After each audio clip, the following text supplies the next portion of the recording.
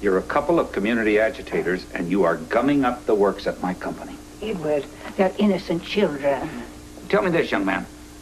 Why do you and your mother insist on stirring up all this sentimental nonsense about something that stands to create only good for the Port Charles community? This is not sentimental. A toxic waste incinerator can damage the environment. Oh, they have you spouting the same tripe. Actually, Lucky is as consistent in his concern about the environment as anyone. Our deal involves a recycling plant. Well, bully for him. Lucky, Edward and I don't believe the incinerator necessarily has to be a bad influence on the environment. Not if it's carefully monitored, as it will be. May I remind you, you were as interested as I in their worm farm enterprise? Oh, well, whatever you say. You consort with your greenies, if you must. But I'm telling you, it's all foolishness, and it can't succeed. Now, I have to deal with this. Where's the rest of this family? They're never around. Pay him no mind, dear. I applaud your efforts and your initiative. Our deal is on.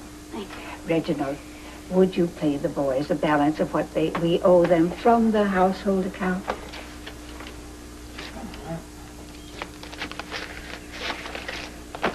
Well, thanks very much. And we'll be by every once in a while just to make sure everything is going all right. Yeah, just in case Reginald has a problem. I don't anticipate any problems, Master Spencer. You make him return any time you wish to check on the worms, or just to visit. Thank you. Come on, Buster. Let's go. Come on, buddy. Come on. Buster. Come on. Buster. Come on, boy. Come on. Come on, Buster. Come on. Buster. Come on. Thank you. Bye. Bye-bye. Buster, come here, boy.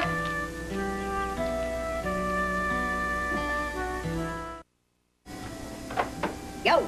Good morning. Have you had a productive one? Yes, I most certainly have. Honey Bunch, your favorite film star, has had a productive morning. Yeah. Feel it. Oh, I just love being part of the press. You know, I would never abuse it, of course, but it does cut through a lot of red tape, I gotta tell you. Yes, and in order to protect your deniability, we are not going to tell you anything about what this is about.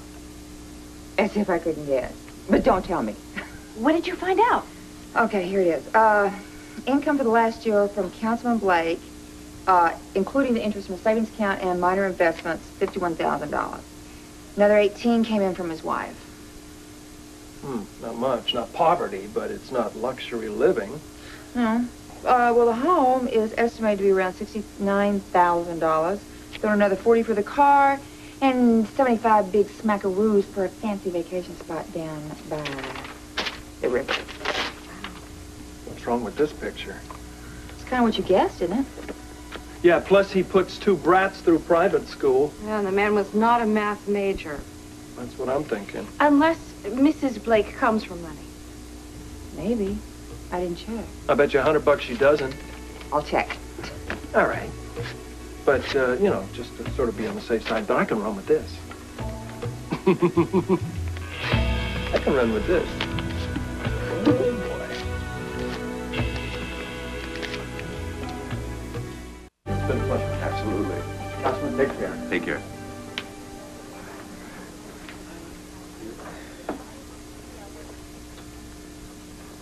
Councilman Blake. Hey, your office said I might find you here. Oh, Mr. Spencer. Please, join me. Thank you. I hope this unexpected visit means that you and your lovely wife have had time to reflect and possibly reevaluate your opposition to the incinerator. Well, we have had time to reflect and reevaluate. Actually, we've had time to investigate. And you found something that's caused you to look more favorably on our project. You misunderstand.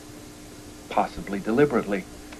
What I've had time to look into is some damn creative bookkeeping on your part. I thought I'd give you a chance to explain.